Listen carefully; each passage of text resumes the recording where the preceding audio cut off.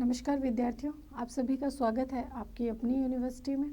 और जैसा कि हम दिल्ली सल्तनत के बारे में पढ़ रहे थे, तो अब अगले वंश के बारे में पढ़ेंगे, जो है खिलजी वंश। पहले खिलजी वंश के बारे में कुछ महत्वपूर्ण बातें समझ लेते हैं। ध्यान रखिएगा, दिल्ली सल्तनत पर शासन करने वाला सबसे कम समय तक खिलजी वंश था। इसने सबसे कम समय तक किया था, ठीक है, 1290 से 1320 तक, ठीक है। और सबसे अधिकतम समय तक किया था तुगलक वंश ने, जो हम आगे पढ़ेंगे। उसके बाद कुछ एक बातें आप ध्यान रखिए। सबसे पहले खिलजी वंश इसे क्यों कहा जाता है? अफगानिस्तान की जो हेलमंद नदी है उसके पास का जो क्षेत्र है उसे खिलजी प्रदेश कहा जाता है, और वहाँ से जो आए उन्हें कहा जाता है खिलजी। ऐसा नहीं है कि ये वंश कोई अचानक से भारत में आ गया था। 1191 में जब मोहम्मद गोरी तराइन प्रथम में घायल हुआ था तो उसे बचाने वाला भी एक खिलजी सरदार ही था। इट मीन्स ये मोहम्मद गोरी के साथ ही भारत में आ चुके थे। देखिए, खिलजी वंश की स्थापना को विद्यार्थियों यहाँ समझते हैं हम, खिलजी क्रांति कहा जाता है। खिलजी क्रांति, क्रांति से तात्पर्य होता है किसी व्यवस्था में आमूल चूल परिवर्तन करना, पूर्णतया परिवर्तन करने को हम क्या कहते हैं? क्रांति कहते हैं। खिलजी वंश की स्थापना को खिलजी क्रांति क्यों कहा जाता है? देखिए, आप कुछ एक बिंदुओं से समझेंगे।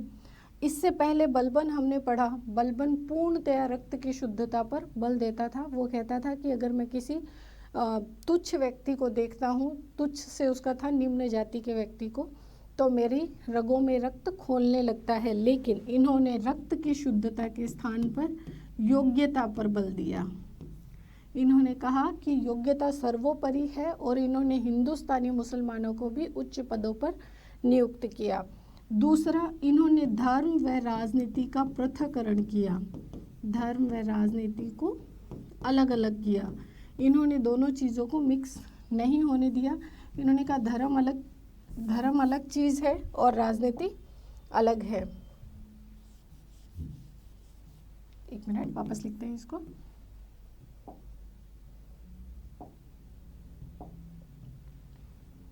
देखिए, योग्यता, सबसे पहले हमने लिखा योग्यता पर बल, और दूसरा था धर्म व राजनीति अलग अलग। देखिए, अलाउद्दीन खिलजी खुद कहता है कि मुझे नहीं पता कुरान में क्या लिखा है, धर्म के अनुकूल क्या है और क्या नहीं, लेकिन मैं वही कार्य करता हूँ जो राज्य के हितों के अनुकूल है।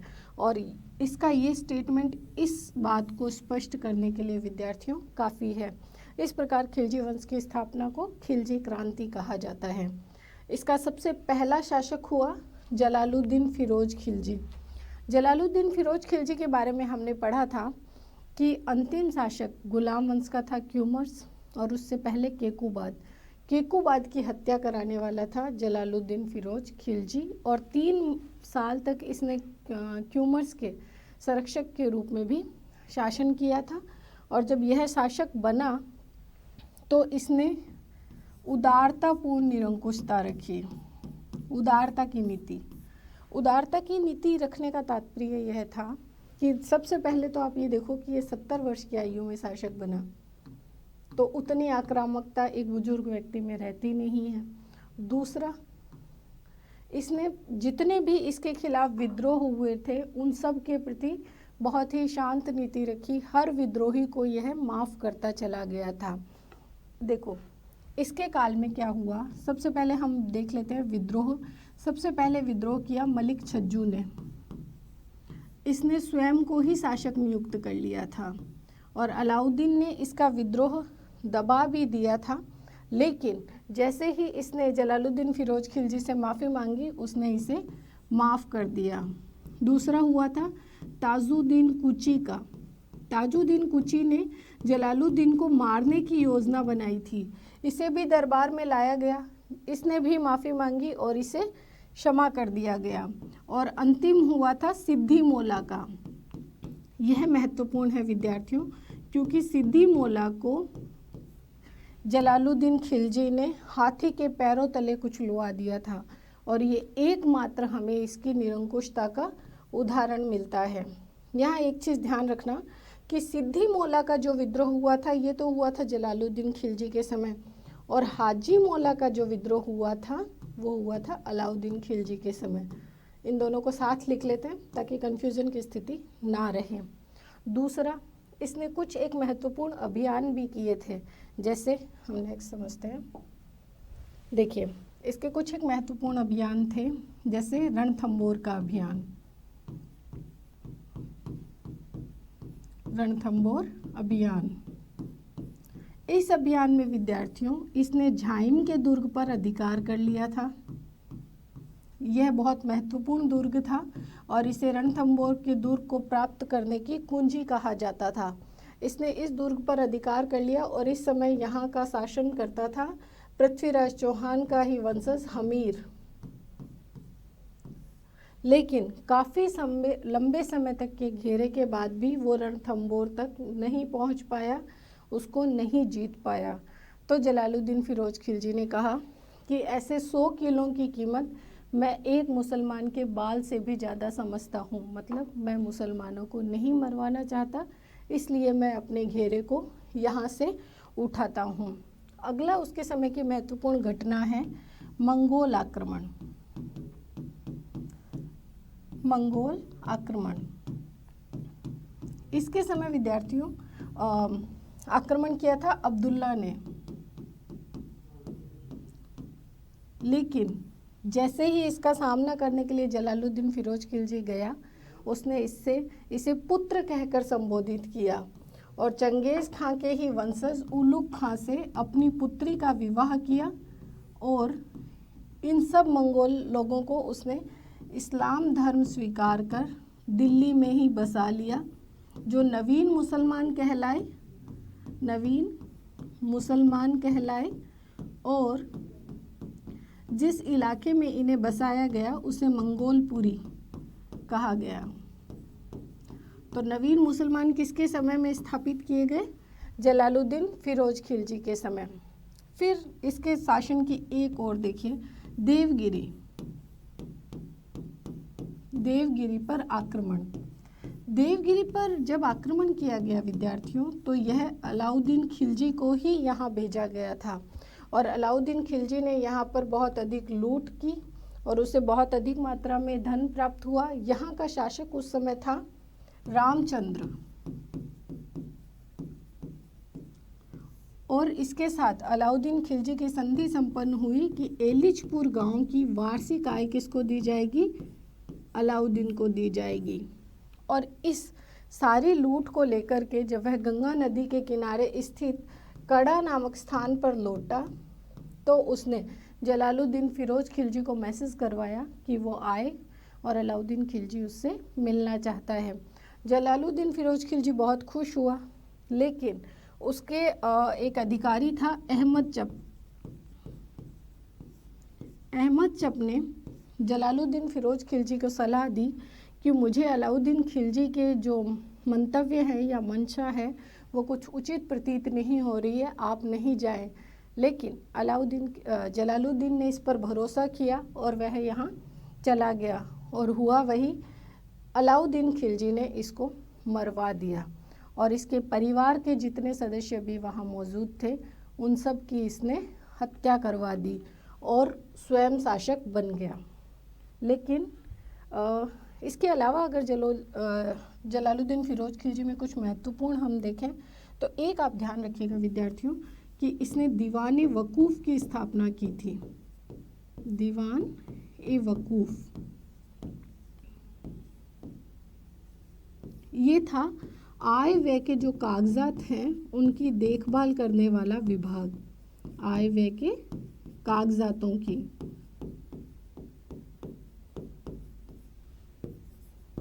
ये काफ़ी बार पूछा जाता है कि सबके विभाग के नाम दे देते हैं और फिर पूछते हैं कि कौन से विभाग की स्थापना किसने की थी। तो आप ध्यान रखिएगा दीवान वकूफ़ को, ठीक है। उसके अलावा इसमें कुछ बचता नहीं है। तो आप 3 अभियान देख लीजिएगा इसके महत्वपूर्ण, रणथंबोर, मंगोल के साथ और देवगिरी का आक्रमण। और इसके अलावा क्या था इसमें? हाँ, ये 3 विद्रोह और सिद्दी मौला मोस्ट इम्पॉर्टेंट है कि सिद्दी मौला का विद्रोह हुआ था इसके समय और हाजी मौला अलाउद्दीन खिलजी के समय। ठीक है, अब विद्यार्थियों हम करते हैं अलाउद्दीन खिलजी शासक बन गया। देखिए, अलाउद्दीन खिलजी शासक तो बन गया उसकी हत्या करके, लेकिन जैसे बीज बोए वैसे ही खुद को मिले। इसके सेनापति मलिक काफूर ने इसके शासन को भी इसी प्रकार हथियाया जैसे इसने जलालुद्दीन फिरोज खिलजी का हथियाया था। सबसे महत्वपूर्ण, अलाउद्दीन खिलजी बलबन हमने पढ़ा था। बलबन के शासनकाल को दिल्ली सल्तनत में कहा जाता है सुदृढ़ीकरण का काल, तो साम्राज्यवाद का काल कहा जाता है अलाउद्दीन खिलजी का काल। इसने साम्राज्यवादी शासक था, बहुत अधिक साम्राज्य का विस्तार किया। इसकी उपाधियों पर भी कई बार सवाल आता है। इसका पूरा नाम था अब्बुल मुजफ्फर अलाउद्दीन या वादीन सिकंदर सानी मोहम्मद शाह खिलजी। घबराइए मत, इसके पेरेंट्स इसको इस नाम से नहीं बुलाते थे, ये इसकी उपाधियां हैं। ठीक है, इसकी उपाधियों पे इसके अलावा सबसे महत्वपूर्ण उपाधि है, इसे सल्तनत का समुद्रगुप्त कहा जाता था। वन लाइनर सवाल बन सकता है सीधा सीधा। सल्तनत का समुद्रगुप्त किसने कहा? लेनपुल ने। लेनपुल ने समुद्रगुप्त इसलिए कहा गया क्योंकि समुद्रगुप्त भी साम्राज्यवादी शासक था। उसने भी उत्तर भारत दक्षिण भारत को विजयी किया था। उसी प्रकार अलाउद्दीन खिलजी ने भी विजयी किया। उसने भी उत्तर भारत के प्रति प्रस्बोधरण की नीति अपनाई। वही प्रस्बोधरण की नीति थी समुद्रगुप्त की। प्रस्बोधरण का अर्थ होता है किसी राज्य को जड़ मूल सहित उखाड़ फेंकना। इट मीन्स उस पर पूर्णतया अपना अधिकार कर लेना। और दक्षिण के प्रति समुद्रगुप्त की नीति थी ग्रहण मोक्षानुग्रह। इसका अर्थ होता है, ग्रहण का अर्थ जीतो, मोक्षानुग्रह उसे उसका मतलब फिर उसे कर लेकर के फ्री कर दो। यही पॉलिसी रखी थी अलाउद्दीन खिलजी ने भी दक्षिण के प्रति। तो उसकी इन्हीं नीतियों को देखते हुए इसे सल्तनत का समुद्रगुप्त कहा जाता है। ठीक है, अब अलाउद्दीन खिलजी के बारे में पढ़ते हुए हम 5-6 पॉइंट्स कवर करने की कोशिश करेंगे, जिसमें सबसे पहले है मंगोलों का आक्रमण, दूसरा उत्तर भारत के अभियान, तीसरा दक्षिण के अभियान, और फिर मोस्ट इम्पोर्टेंट उसकी बाजार नियंत्रण नीति। ठीक है, एक एक पॉइंट्स को कवर करते हैं। तो सबसे पहले हम करेंगे मंगोल आक्रमण। इसके काल में सबसे अधिक मंगोल आक्रमण हुए थे, सबसे अधिक। 6 और 7 की संख्या को लेकर के विद्वानों में मतभेद हैं, लेकिन हम मानते हैं कि 6 मंगोल आक्रमण। सबसे महत्वपूर्ण बात आप ध्यान रखिएगा कि ये सब भेजने वाला था दावा खां, एक मंगोल राजा था दावा खां। उसी ने ये सब आक्रमणकारी यहाँ पर भेजे थे। इसकी जो यहाँ पर नीति थी वो अग्रगामी नीति थी, अग्रगामी नीति, रक्त की नीति। ठीक है, इसने इनका सामना किया है। तो इस टेबल को एक बार आप 2-3 बार देख करके याद कीजिएगा। सबसे पहला आक्रमण किया था कादर खान ने, इसे पराजित कर दिया गया। अगला आक्रमण किया था 1297 ईस्वी में साल्दी ने।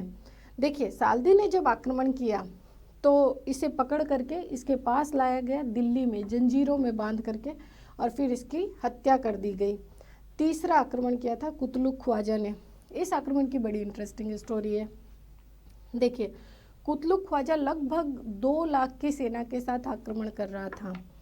तो उस 2 लाख की सेना को देख करके ये अनुमान लगाया जा रहा था कि ये केवल उत्तर पश्चिमी सीमांत को जीतने के लिए नहीं आ रहा है, इस बार लक्ष्य है दिल्ली। तो अलाउद्दीन खिलजी का एक मित्र था अताउल मुल्क, जिसकी सलाह वो मानता था और हर सलाह मशवरे को उससे करता था। अताउल मुल्क ने उसे समझाया कि इस बार तुम्हें संधि कर लेनी चाहिए, क्योंकि वो 2 लाख की सेना के साथ आ रहा है, उसे जीतना इतना आसान नहीं होगा। लेकिन अलाउद्दीन खिलजी ने कहा कि अगर मैं समर्पण करता हूँ तो आने वाली पीढ़ियाँ मुझे एक कायर के रूप में याद करेगी। इसलिए उसने कूटनीति से काम लेते हुए अपने प्रत्येक सैनिक को कहा कि अगर तुम 1 मंगोल का सर लाओगे तो तुम्हें 1 टका मिलेगा। दूसरा, उसने कहा कि 1 वर्ष का आगामी वेतन तुम्हें पारितोषिक के रूप में दिया जाएगा। इससे सेना का मोटिवेशन बहुत हाई हो गया और उन्होंने कुतलुक ख्वाजा का कुतलुक ख्वाजा का सामना किया। इस युद्ध में इसके 4 महत्वपूर्ण खान रखे थे इसने, नाम याद कर लेते हैं हम। एक तो था जफर खान, दूसरा था नसरत खान, तीसरा अल्प खान और उलुग खां। जफर खान बहुत पावरफुल होता जा रहा था, इससे मंगोल भी बहुत अधिक डरते थे। खुद मंगोल कहते थे कि अगर हमारे घोड़े दूर से जफर खां को देख लेते हैं तो वो पानी पीने से इनकार कर देते हैं। तो इस युद्ध में अलाउद्दीन खिलजी अपने साथ लेकर के गया जफर खां को। युद्ध चल रहा था और इस बीच जफर खां ने कुतलुक ख्वाजा को द्वंद्व युद्ध के लिए ललकारा। द्वंद्व युद्ध होता है विद्यार्थियों 2 लोगों के बीच में। इस समय अलाउद्दीन खिलजी इसे छोड़ करके चला गया और इस द्वंद्व युद्ध में जफर खां मारा गया। और उसके बाद अलाउद्दीन खिलजी वापस आया और उसने कुतलुक ख्वाजा की हत्या कर दी। क्यों? उसने जफर खां को क्यों मरवाया? क्योंकि उसे लग रहा था कि जफर खां पावर में आता जा रहा है और आगे आकर के वह उसी की सत्ता को चुनौती ना दे दे। और उसने कहा भी कि बिना किसी बदनामी के, बिना किसी मशक्क़त के मैंने मेरे सबसे बड़े शत्रु से मुक्ति पा ली। तो ये ध्यान रखिएगा आप। नेक्स्ट आक्रमण किया था तारगी ने। ये कुछ एक महत्वपूर्ण आक्रमण है, इनके बारे में आप ध्यान रखिएगा। तारगी ने जब आक्रमण किया था 1303 ईस्वी में, इस समय अलाउद्दीन खिलजी राजस्थान के चित्तौड़ में विजय प्राप्त करके आया ही था। चित्तौड़ विजय हम उत्तर भारत में पढ़ेंगे। उस समय वो उस कंडीशन में नहीं था कि मंगोलों का एकदम सुदृढ़ता पूर्वक सामना कर पाए, इसलिए उसने सीरी नामक स्थान पर, सीरी में जो किला था उसके अंदर पड़ाव डाला और मंगोलों के पास ये कला नहीं थी कि वो किस प्रकार नगर को विजय करे। वो आमने सामने के युद्ध में तो ट्रेंड थे, बट इस कला में वो ट्रेंड नहीं थे। 2-3 महीने तक घेरा डाला रखा और फिर तारगी वापस लौट गया। इस प्रकार अलाउद्दीन खिलजी इसमें भी विजय हो गया। अगला किया था अली बेग है ये। अली बेग, ये भी मिसप्रिंट हो गया है। हाँ, अली बेग व तरकत और अली बेग को पकड़ के उसने सीरी के किले में ही दीवार में चिनवा दिया था। अगला था कबक और इकबालमंद, ये अंतिम आक्रमण था। इसके बाद मंगोलों ने कोई भी आक्रमण नहीं किया। तो मंगोलों के बारे में अगर महत्वपूर्ण फैक्ट हम देखें ना विद्यार्थियों, तो आप ध्यान रखिएगा, सबसे अधिक किसके समय हुए? अलाउद्दीन के समय, संख्या 6। नेता कौन था? दावा खां था भेजने वाला, और इसकी अग्रगामी रक्त वाली नीति, यहाँ पर अग्रगामी रक्त वाली नीति उसने अपनाई थी। और ये खान भी आप ध्यान रखिएगा, कई बार 3 नाम मिक्स होते दे देंगे और एक अलग होगा, तो आपसे पूछ लिया जाएगा कि इसमें से कौन सा उसके खान में नहीं है। ठीक है, अब इसके परिणाम क्या निकले? इतने आक्रमण हुए, उसके बाद इसके परिणाम निकले। सबसे पहले तो उसने सीरी को ही अपनी राजधानी बना लिया। सीरी बन गया राजधानी। दूसरा, यहाँ पर जितने भी पुराने किले थे, पुराने किलों की मरम्मत करवाई। पुराने किलों की मरम्मत। और यहाँ पर कुछ अस्त्र भी परमानेंट रूप से रखवा दिए, जैसे पासेब, मंजानिक आदि। मंजानिक आपको ध्यान होगा विद्यार्थियों, मोहम्मद बिन कासिम ने देवल के मंदिरों को तोड़ने के लिए कौन से अस्त्रों को काम में लिया था? मंजानिक और नौफ था। ठीक है, तो ये था इसका मंगोल आक्रमण। और अब इसकी उत्तर भारत की विजय और दक्षिण और शेष भाग हम करेंगे कल की क्लास में, तो आप इसको अच्छे से पढ़िएगा। देखिए विद्यार्थियों, आपको लग रहा होगा कि 60 दिन में सेट का इतना बड़ा सिलेबस कैसे होगा, तो आप ध्यान रखिए, nothing is impossible, impossible says that I am possible. अगर आप व्यवस्थित रूप से तैयारी करेंगे तो कुछ भी इम्पॉसिबल नहीं है। इसलिए व्यवस्थित रहिए, व्यस्त रहिए, लगे रहिए और मस्त रहिए। Thank you.